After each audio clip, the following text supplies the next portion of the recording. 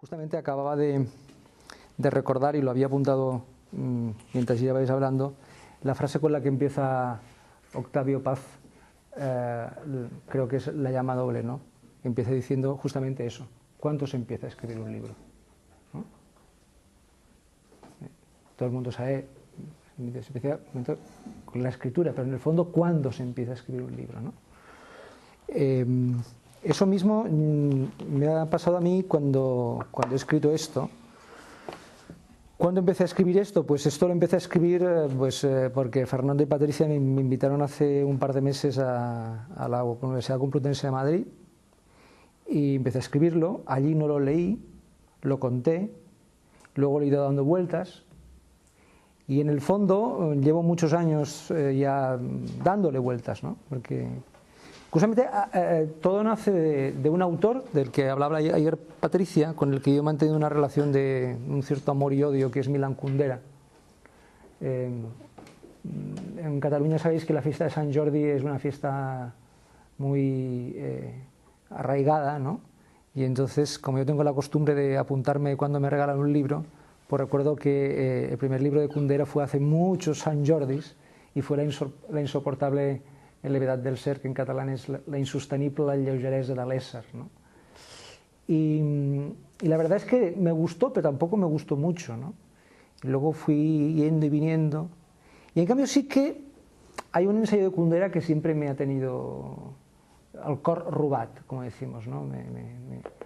Me ha gustado mucho, que es el arte de la novela, y concretamente el primer ensayo del arte de la novela, que se llama La desprestigiada herencia de Cervantes. Creo que es un ensayo muy bonito y es un poco el que da título a esto que he escrito, ¿eh?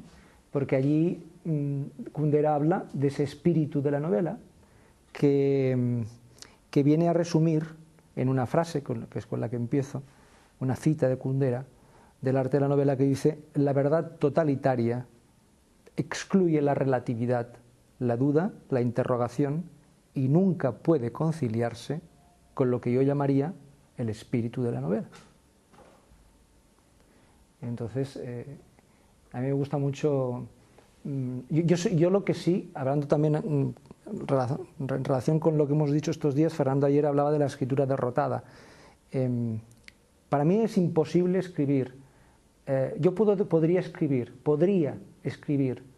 un texto sin un título, pero no podría escribir, el título lo pondría al final, pero no podría escribir un texto sin una cita inicial.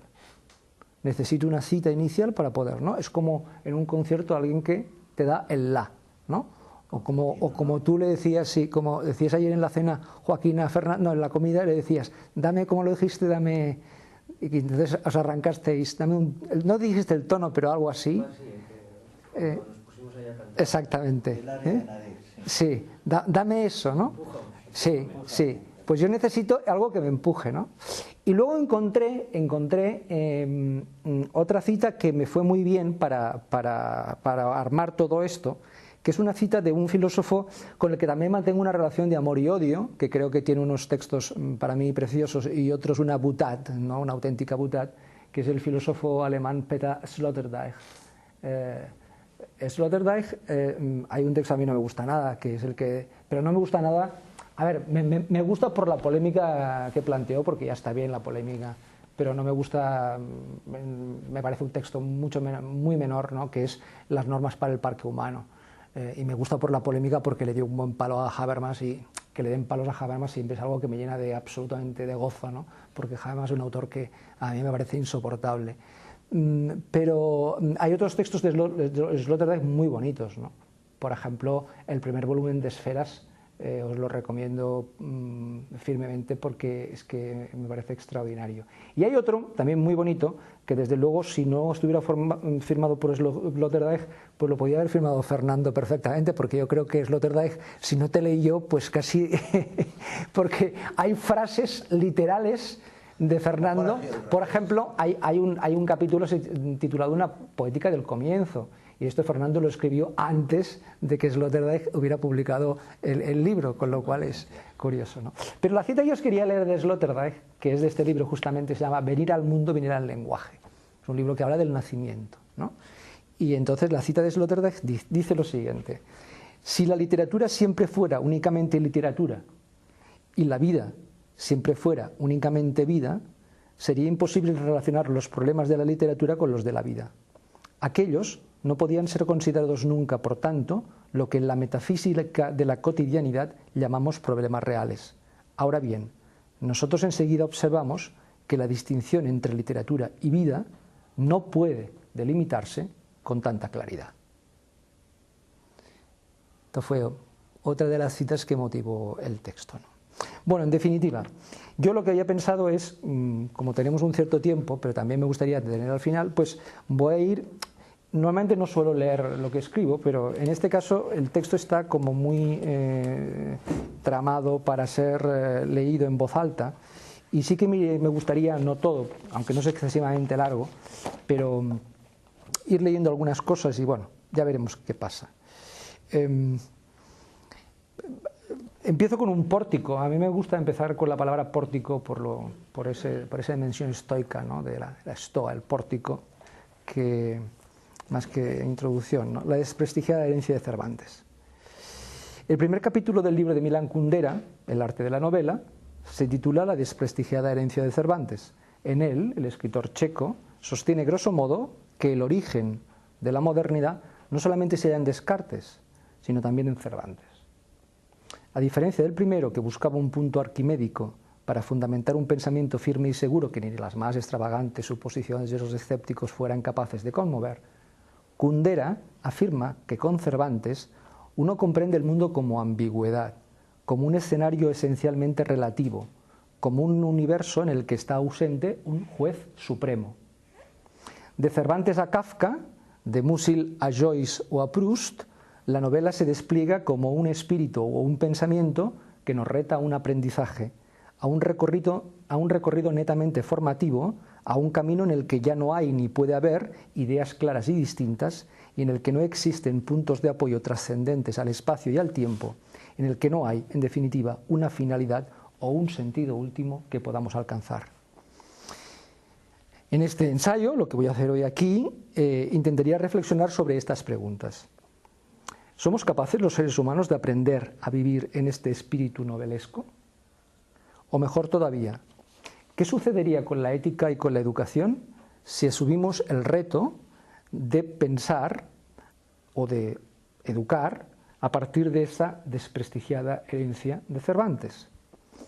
Bueno, como resulta obvio, y también lo decía ayer Patricia, lo que diré son muy pocas, daré muy pocas respuestas y voy a plantear muchas más preguntas.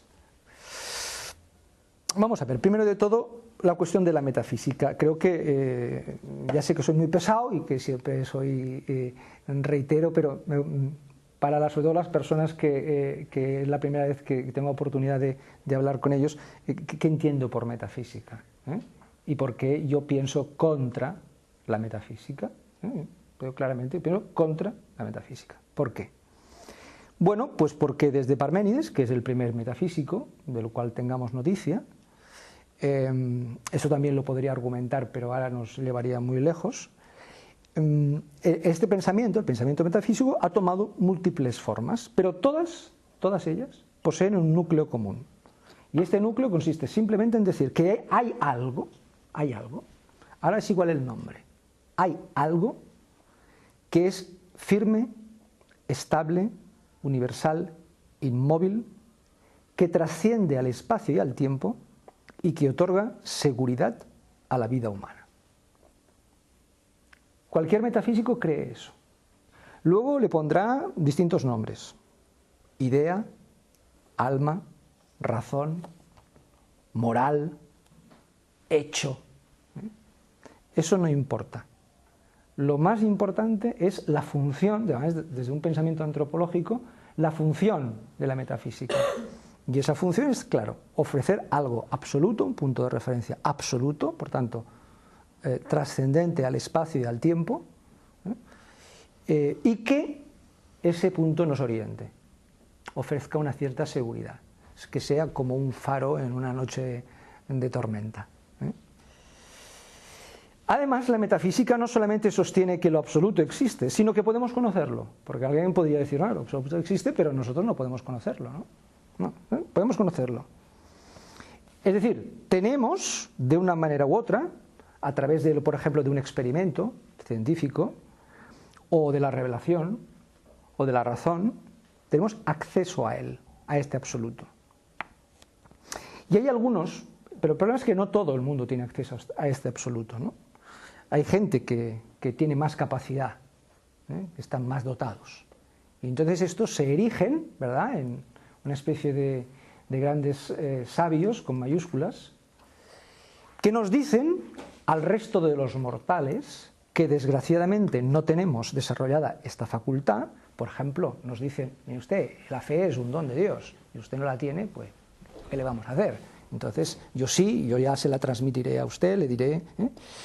Bien, pues nos dicen al resto de los mortales que debemos ser educados y por lo tanto ser obedientes y ser fieles a la palabra de aquellos que han contemplado o que han alcanzado esa verdad definitiva, con mayúsculas, que va a orientar nuestras vidas. Y por tanto, la consecuencia más clara del pensamiento metafísico es decirnos al resto de los mortales cómo debemos vivir. Advierto que es práctica habitual en los defensores de la metafísica que en lugar de esgrimir razones en favor de sus planteamientos, lo que suelen hacer es advertir a sus conciudadanos, es decir, al resto de los mortales, entre los que me incluyo, del peligro de abandonar su planteamiento. Dice el metafísico: si dejáis de creer en algo absoluto, estáis perdidos. En tal caso, nada tendría sentido. El mundo se volvería caótico. Nos hallaríamos en una especie de estado de naturaleza, de guerra de todos contra todos. Es decir, el nihilismo. La palabra que tanto le gusta a Joaquín, ¿no?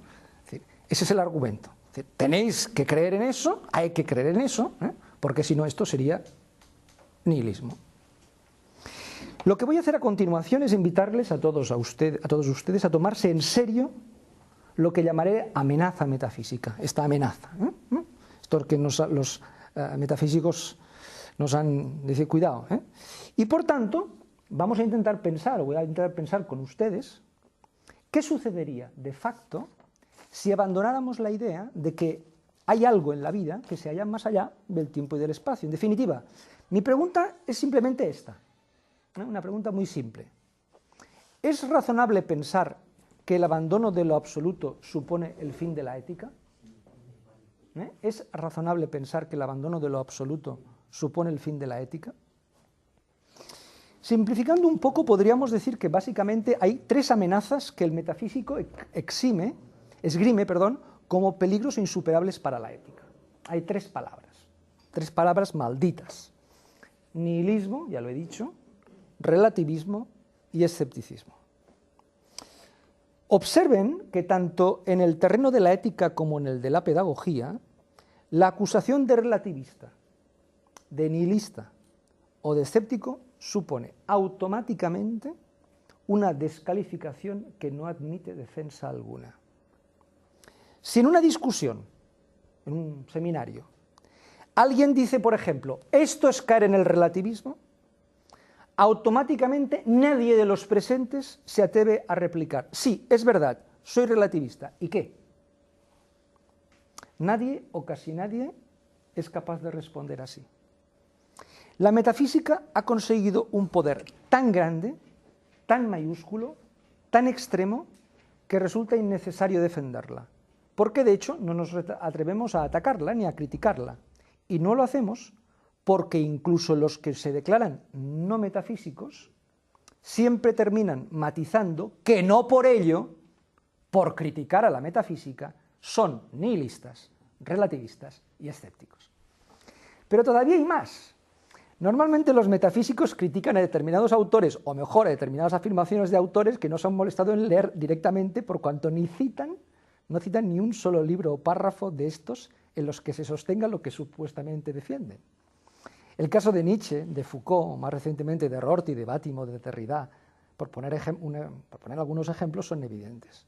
Al margen del primero, es decir, de Nietzsche, de los 4 últimos se han dicho tantas cosas que uno está deseando encontrarlo escrito en sus textos. Pero eso resulta del todo imposible. Entonces uno se pregunta, ¿pero dónde dice Foucault eso? Y es imposible saberlo. Más bien sucede que el lector de verdad, el que lee lo que ha escrito el autor y no lo que él está deseando leer, lo que encuentra escrito es precisamente todo lo contrario de lo que lo metafísico sostiene. Por ejemplo, ayer salió el tema de la realidad, ¿no? De que si la realidad existe, la realidad no existe. Es decir, que si en el fondo todos nos lo inventamos, no nos dejamos de inventar. Bueno, yo he visto tanta... Incluso recuerdo hace poco una conferencia del ilustrísimo profesor Mario Bunge, que dijo unas auténticas barbaridades sobre los mal llamados posmodernos, ¿no? El posmoderno niega que hay una pared o algo así, bueno, unas cosas tremendas, ¿no? En fin, sobre el tema de la realidad, supongo que Jorge esta tarde, sí, ya saldrá, por tanto lo dejo. Bueno, estaría bien hacer la prueba, algo que no podemos hacer aquí, simplemente buscar algunos textos de estos metafísicos y decir, vamos a ver lo que dice Foucault, lo que dice Derrida y ver dónde lo dicen, ¿no? Porque a veces es difícil. Si uno se repasa los textos en los que los autores que supuestamente caen en el relativismo, en el nihilismo, en el escepticismo, se lleva una sorpresa. Vamos a verlo. Por ejemplo, voy a poner solamente un ejemplo. Cuando uno oye la palabra nihilismo en filosofía, inmediatamente piensa en Nietzsche. El nihilismo es un tema complejo en Nietzsche, muy complejo, y ahora no lo puedo tratar, ni sé si soy capaz de hacerlo. Tomaré simplemente una de las definiciones que el filósofo alemán, en este caso sí que es alemán, da de este término en sus escritos póstumos para luego determinar hasta qué punto la metafísica tiene razón en sus apreciaciones. La frase de Nietzsche, de sus fragmentos póstumos, volumen 4, 2008, página 241, dice Nietzsche, nihilismo, falta la meta, falta la respuesta al porqué. Se podrá objetar sin duda el hecho de que se pueden encontrar otras definiciones de nihilismo, pero creo que nihilismo significa en Nietzsche la ausencia de sentido último, la ausencia de teleología, Esto es, ni la vida, ni el mundo, ni la historia poseen sentido en mayúsculas. El nihilismo es algo así, por utilizar el título, y lo utilizo, vamos, mal, me sugiere el título, volviendo al autor inicial de Milan Kundera, una especie de esta insoportable levedad del ser, ¿no? En otras palabras, nihilismo significaría en Nietzsche que el tiempo escatológico, propio de la cosmovisión judeocristiana, y a su vez hegeliana y marxista, ha dejado de estar vigente. Por eso advierto siempre, entre otras cosas, que de la misma manera que uno puede ser del Barça y del Hospitalet, o del Madrid y del Getafe, uno no puede ser del Barça y del Madrid al mismo tiempo. Pues esto pasa un poco parecido con Nietzsche y con Marx, por citar a dos de los llamados por Paul Ricoeur filósofos de la sospecha. O se está con Nietzsche o se está con Marx, pero no se puede estar con Nietzsche y con Marx al mismo tiempo.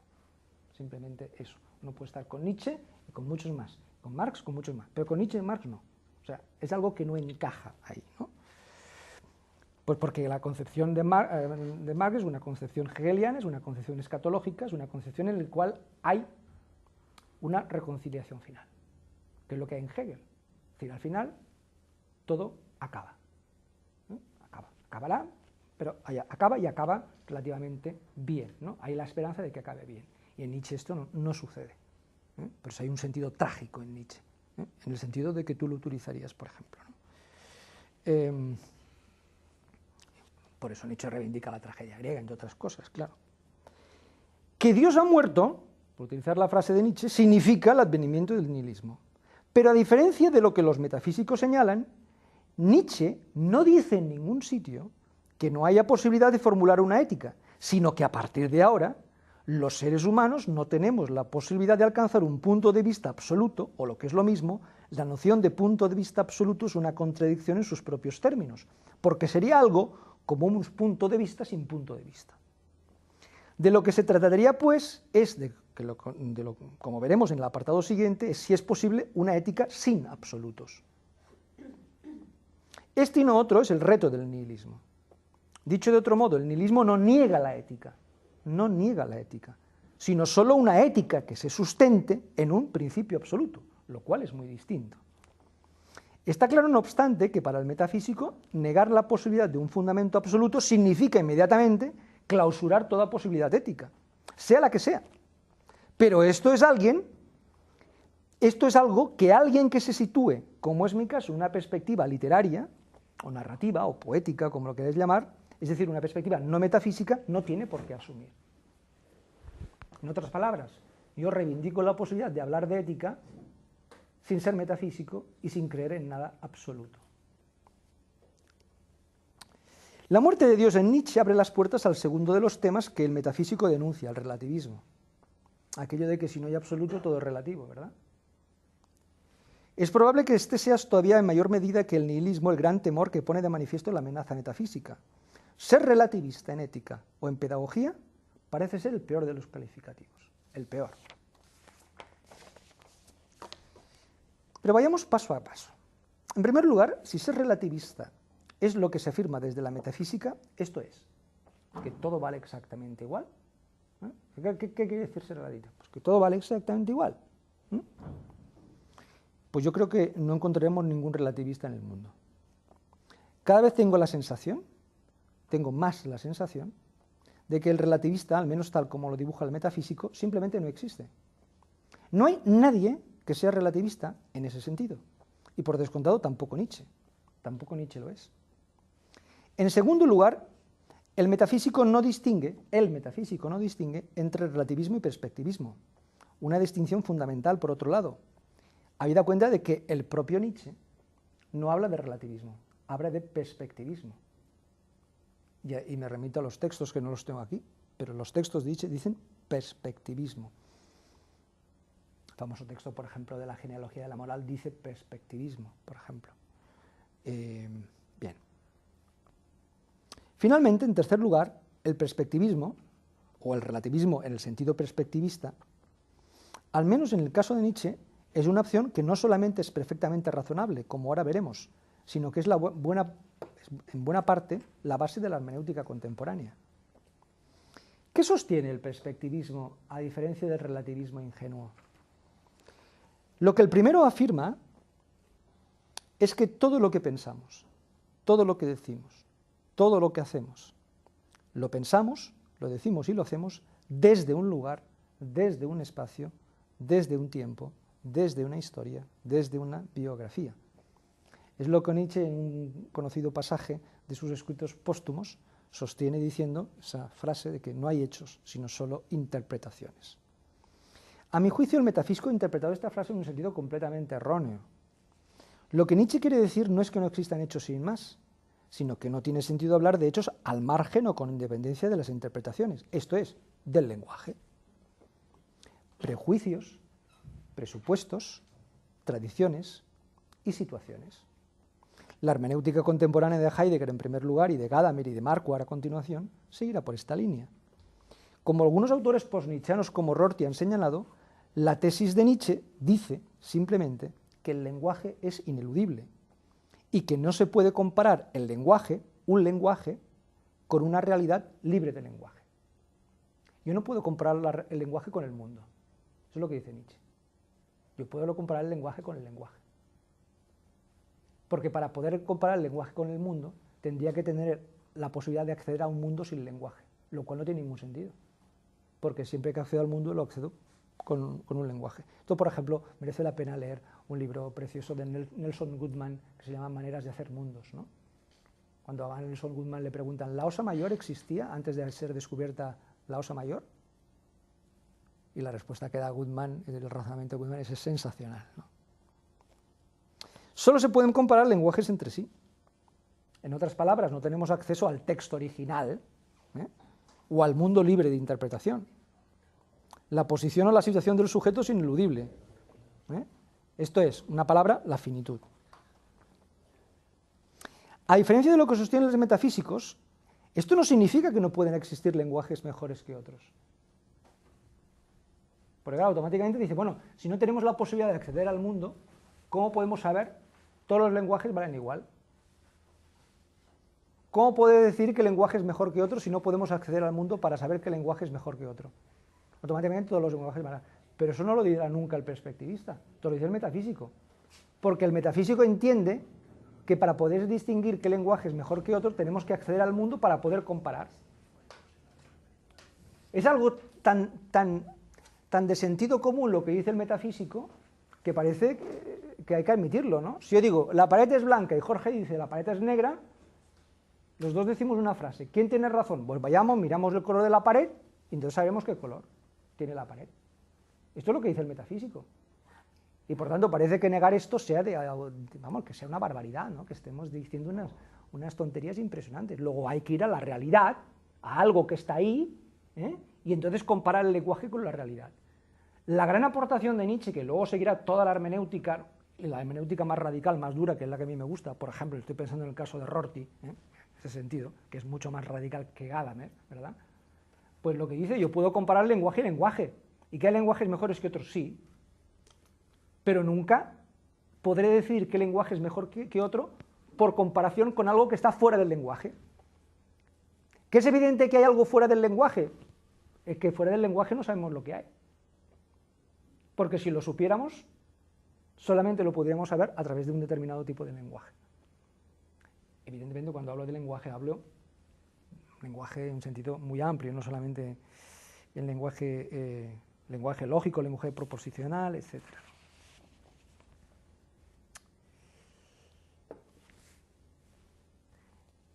Bueno, quiero saltarme trocitos. Sí, en la primera de sus elegías de Duino, el poeta checo en lengua alemana, porque nació en Praga, Rainer Maria Rilke, describe el mundo de los seres humanos como un mundo interpretado, primera de las elegías de Duino, y añade que este mundo es inseguro. La diferencia entre una perspectiva metafísica y una literaria no es que la primera crea en la verdad y la segunda no, sino que ambas tienen concepciones diferentes de la verdad, del conocimiento y de la ética. Para la metafísica la verdad se halla fuera del espacio y del tiempo, al margen del lenguaje y de las interpretaciones. Para la literatura, en cambio, la verdad siempre es una verdad interpretada como el mundo, como la realidad. Así pues, la perspectiva literaria desenmascara la supuesta inocencia de la verdad. Nadie es inocente, como exclama al final el Calígula de Albert Camus. O si se prefiere, todos tenemos las manos sucias, para decirlo con el conocido título de la obra de teatro de Jean-Paul Sartre. En definitiva, no es posible escapar del lenguaje como no es posible escapar de la finitud, pero lo que la perspectiva literaria no está dispuesta a aceptar es que la condición finita de la vida humana impida configurar una ética. Evidentemente, esta nada tiene que ver con una moral al modo metafísico, pero hay una ética literaria, una ética narrativa, una ética que se inscribe en la finitud humana. Me falta el tema del escepticismo, que me lo voy a saltar, y para ir terminando, porque el texto se me hace muy largo, muy brevemente, para tener tiempo de hablar, les cito esas 4 ideas de esa ética literaria, no metafísica, para que sepan por dónde voy. He titulado esta conferencia El espíritu de la novela. Y quiero explicar por qué razón denomino a la ética que expondré a continuación literaria o narrativa. Dicho de otro modo, me pregunto, ¿qué aporta el punto de vista literario a la ética? Y lo voy a sugerir de forma muy breve, en base casi a algunas ideas al modo de pequeños aforismos. Primera idea que aporta la literatura, frente a la metafísica, a la ética. Lo que yo llamaría la singularidad, que no es la particularidad ni es la individualidad, la singularidad. Frente a la metafísica que anda obsesionado con lo universal, la literatura trata de singulares, no de individuos, sino de singulares. Segundo, la situación. Frente a la metafísica que tiene por objeto subrayar la dimensión imperativa de la ética, Kant, la literatura pone énfasis en la situación, en la que podríamos llamar dimensión adverbial: lugar, dónde, tiempo, cuándo, modo, cómo.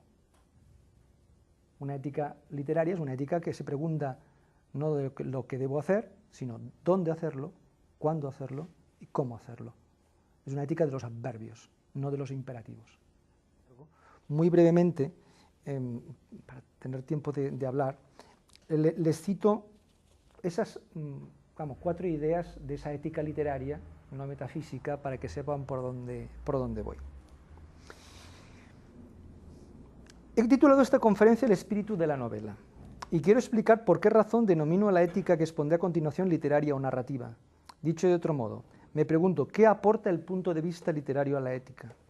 Y lo voy a sugerir de forma muy breve, en base casi a algunas ideas al modo de pequeños aforismos. Primera idea que aporta la literatura, frente a la metafísica, a la ética. Lo que yo llamaría la singularidad, que no es la particularidad ni es la individualidad, la singularidad. Frente a la metafísica que anda obsesionado con lo universal, la literatura trata de singulares, no de individuos, sino de singulares. Segundo, la situación. Frente a la metafísica que tiene por objeto subrayar la dimensión imperativa de la ética, Kant, la literatura pone énfasis en la situación, en la que podríamos llamar dimensión adverbial: lugar, dónde, tiempo, cuándo, modo, cómo. Una ética literaria es una ética que se pregunta no de lo que debo hacer, sino dónde hacerlo, cuándo hacerlo y cómo hacerlo. Es una ética de los adverbios, no de los imperativos. 3. La biografía. Frente a la metafísica que quiere ofrecer un discurso de nadie, un discurso objetivo, el lenguaje literario es un lenguaje ineludiblemente biográfico. Su autor deja una huella inscrita en el texto. Cuarto, la ambigüedad. Frente a las ideas claras y distintas de la metafísica, lo de las ideas claras y distintas me estoy refiriendo a esa frase en el capítulo 4 del discurso del método de Descartes, claro. Frente a las ideas claras y distintas de la metafísica, la literatura vive de los tonos grises y ambiguos. La literatura es un género de sombras. 5. La ausencia. Frente a la metafísica que siempre es de un modo u otro una metafísica de la presencia, Derrida, en la que hay una referencia que impone un orden, una clasificación, una normativa, la literatura es la escritura de la ausencia de referente, de la ausencia del escritor, de la ausencia de los personajes, de la ausencia del lector. Y por último, el devenir. Frente a la metafísica que recoge la herencia de la filosofía de Parménides, la literatura se mueve en un universo heraclitiano. El mundo literario es un mundo en devenir. A la literatura no le interesa el ser inmóvil, eterno, inmutable, sino el tiempo, el cambio y las transformaciones. Y termino también apuntando ya más concretamente, también al modo casi de aforismos, ¿no? Para ver qué os parece y si lo queréis podemos discutirlo, comentarlo. Yo diría lo siguiente: no hay ética porque sepamos qué es el bien, sino porque hemos vivido la experiencia histórica del mal. 2. No hay ética porque cumplimos con nuestro deber, sino porque nos preocupamos por si nuestra respuesta ha sido la adecuada. Paréntesis. Y nunca es suficientemente adecuada. Cierro paréntesis. Prohibido tener buena conciencia. Esto es un plagio de Bauman, no es mío. 3. No hay ética porque los seres humanos seamos dignos, sino porque somos sensibles a lo indigno. Cuidado con la idea de dignidad. Cuidado con la idea de dignidad, desde mi punto de vista. Cuando se habla incluso cuidado con la idea de persona. Me parece que tanto la idea de dignidad como la idea de persona son mecanismos para justificar prácticas totalmente injustificables. La noción de dignidad, tal como se utiliza, la noción de dignidad nace en el contrato social de Rousseau y es desarrollada sobre todo en la fundamentación de la metafísica de las costumbres de Kant, a partir de la segunda formulación del imperativo categórico. Está perfectamente delimitado en qué sentido se utiliza esa dignidad. Y Kant ahí recibe una influencia estoica, según señala la oportuna nota de don Manuel García Morente a pie de página en la edición castellana.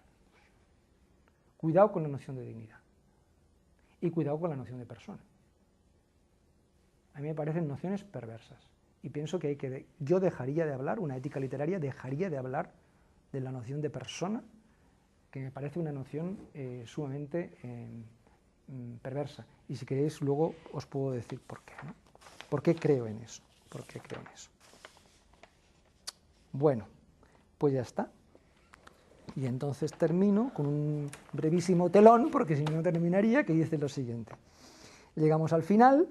Si suelo titular siempre telón, lo último, el último apartado de todo lo que escribo, es precisamente para mostrar que aquí no se termina nada, se termina pero tampoco nada, cae el telón, pero no se concluye nada, sino que empieza algo, se levanta el telón, y por lo tanto el telón permite ese juego de subir y bajar el telón. He dado inicio a esta conferencia recordando con Milan Kundera la desprestigiada herencia de Cervantes. A mí me parece que esta herencia ha sido injustamente olvidada en ética y en educación, y que todos, la mayoría de nosotros, en nuestras formaciones, los que nos hemos formado en filosofía, al menos yo, hablo por mí, pues en las clases de filosofía he leído a Platón, a Aristóteles, a San Agustín, a Santo Tomás, a Descartes, a Kant, a Hegel, a Marx, a Freud o a Heidegger. Pero en cambio, en mi formación, al menos universitaria, no he tenido profesores, como decía Patricia, de que me leyeran a Sófocles, a Dante, a Cervantes, a Shakespeare, a Dickens, a Dostoyevsky, a Kafka, a Joyce, a Proust, a Thomas Mann, a Musil, a Rilke, a Canetti o a Beckett. Y entonces de eso se trata, de ver si la lectura de estos autores que están en sintonía con lo que acabo de decir podría ayudar a pensar esta educación desde la literatura.